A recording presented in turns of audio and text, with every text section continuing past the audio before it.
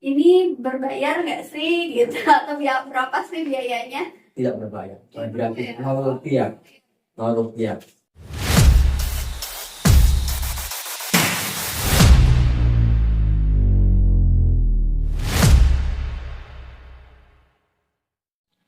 Halo, Assalamualaikum Ahlan Yayu, selamat datang kembali di podcast Kuduweru. Nah, hari ini kita akan membahas tentang wakaf. Ini yang lagi rame nih, jadi perbincangan sekarang di media sosial ya Pak ya. Wakaf. Masih banyak wakif yang berpikir bahwa wakaf itu hanya cukup dengan ucapan saja. Saya berikan tanah wakaf ini kepada nazir kemudian selesai. Nah, dari situ biasanya bisa terjadi sengketa di masa depan. Nah, gimana nih supaya wakaf kita, niat baik kita ini bisa aman, jangan sampai terjadi masalah di masa depan. Nah, untuk itu kita akan bahas kupas bersama ahlinya langsung. Telah ada bersama saya, selamat siang.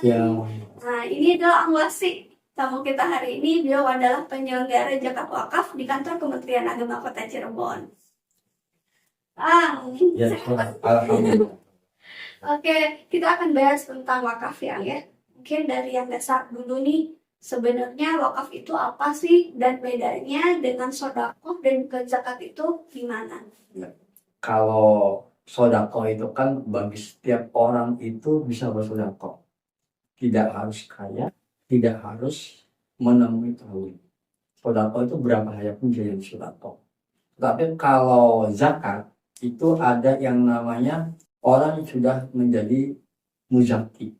Artinya memberikan zakatnya itu kalau dia sudah mampu ataupun sudah mencapai haul 1 tahun.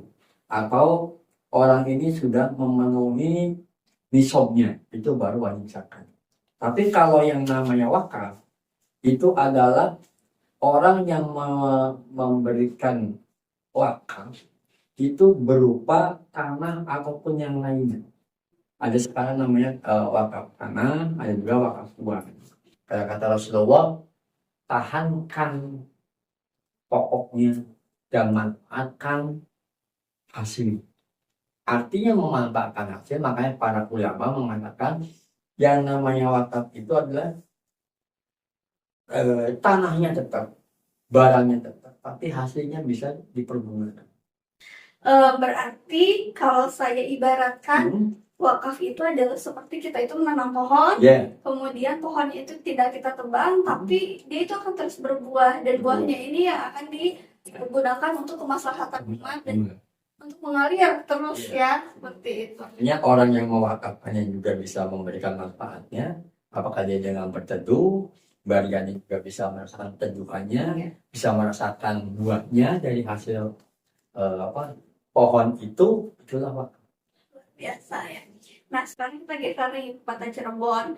Di kota Cirebon ini, para wakif ini ataukah orang yang sudah berwakaf, banyak yang sudah tertib administrasi belum, atau yang mereka itu sudah mempunyai legalitas, yang sudah sadar bahwa ini legalitas itu penting agar tidak menjadi sesuatu yang berbahaya atau sesuatu ribut di masa depan gitu. Memang secara hukum Islam kalau orang sudah ikrar wakaf secara mulut itu bisa sudah sah. Tapi secara tata negara melindungi bagaimana untuk orang hal yang mengatakan seperti itu. Sama halnya dengan nikah. Nikah kalau secara ini nggak usah pakai buku nikah datang ke KUA. Tapi dengan cukup saya menikahi Mbak Diani cukup. Tapi kalau saya ini mana buktinya? Jadi harus ada yang namanya legalitas. Ya memang kita harus sebelum kita mengadakan sertifikat wakaf, jadi kita harus melakukan AIW terlebih dahulu. Dan AIW itu nanti harus ke. Jadi mari kita sama-sama untuk melek pentingnya legalitas gitu ya. Ternyata untuk wakaf ini legalitasnya ada 2. Adalah AIW, bisa kita dapatkan di KUA dan juga sertifikat bisa kita dapatkan di BPN dari BPN. Nah, kita mau bahas dulu nih satu-satu tentang AIW. Jadi akta ikrar wakaf itu kita katanya cukup datang aja ke KUA kecamatan terdekat. Nah, Apa aja sih syaratnya? Kita harus melengkapi terlebih dahulu, yaitu adalah sertifikat wakaf, sertifikat tanah tersebut. Nah, kalau tidak ada sertifikat tanahnya, kita bisa dengan menggunakan letter C ataupun bisa terkenal dengan surat keterangan dari kelurahan. Dan setelah itu nanti wakil ini Mbak Riani harus menyertakan atau menentukan siapa nadirnya. Siapa yang akan menerima amanah untuk wakaf ini.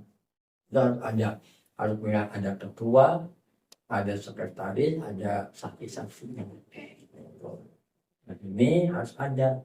Dan itu KTP-nya dengan di KUA dengan menggunakan KTP. Dan KTP nggak boleh fotokopian, harusnya Asli ya. Jadi di-scan di sana ya. Jadi yuk jangan merasa bahwa administrasi ini ribet karena sebetulnya kita ini sedang memperjuangkan kepastian hukum. Ya. Dan ini akan melindungi wakif, nazir dan juga aset rumah untuk kedepannya agar tidak terjadi pertukaran atau ribut di masa depan gitu.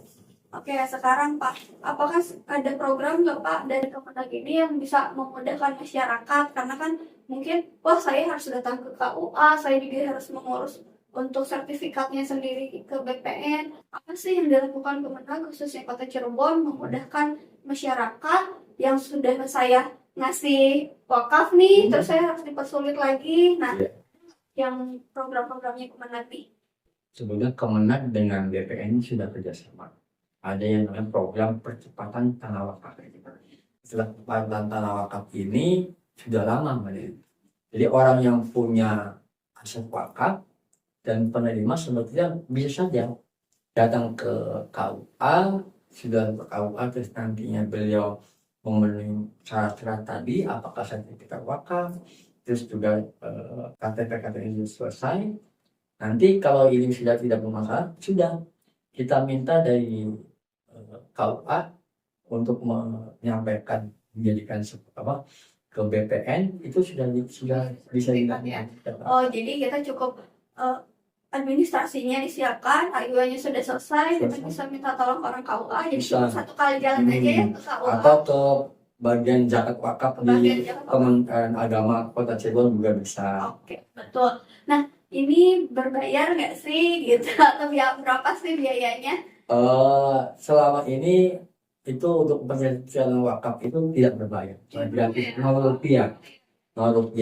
Jadi untuk pembuatan AIW dan untuk pembuatan sertifikat itu benar-benar gratis ya? Benar-benar gratis, cuma paling tidaknya Mbak Yani karena di dalam akta ikrar wakaf itu kan ada yang namanya materai, paling bagi kita semuanya paling menyediakan materai itu saja, materai untuk penandatanganan. Luar biasa sekali dan ini gratis tanpa dipungut biaya. Baik untuk Alan Yayu yang berniat untuk mewakafkan tanahnya, yuk mari kita urus legalitasnya ke kantor Kementerian Agama Kota Cirebon. Kita akan bantu Rp0 ataupun gratis kita punya materai aja gitu.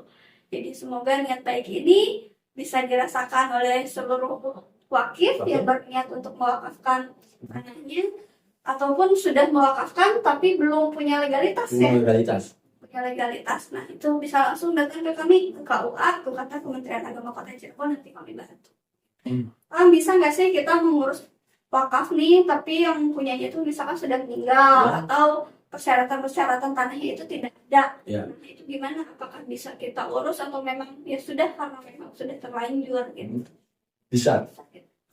Nanti kita dengan ini kan ada yang namanya diri ataupun keterangan dari kecamatan kelurahan.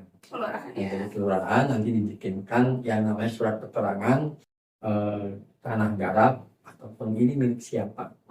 Dan ini milik siapa nanti akan bisa dimasukkan ke BPN. Kalaulah tanahnya ini adalah mau diwakafkan, maka harus ada yang mikir wakaf juga sama. Dan kalaupun nanti ada dari antara Yayu dan Akang mau nanya kepada tenaga seperti itu, boleh datang ke penyelenggara jasa wakaf ya Kementerian Agama Kota Cirebon. Jadi untuk spesial case nih Alan Yayu yang misalkan persyaratan kurang lengkap ataupun mau konsultasi dulu boleh ya bisa ke kantor ataupun ke KUA. Kalau enggak datang aja dulu, yang penting kita tidak ada sadar administrasi dan legalitas ya. Ya, betul. Baik.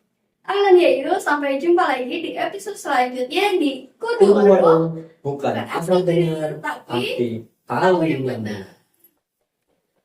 Banyak ya, Bu ya.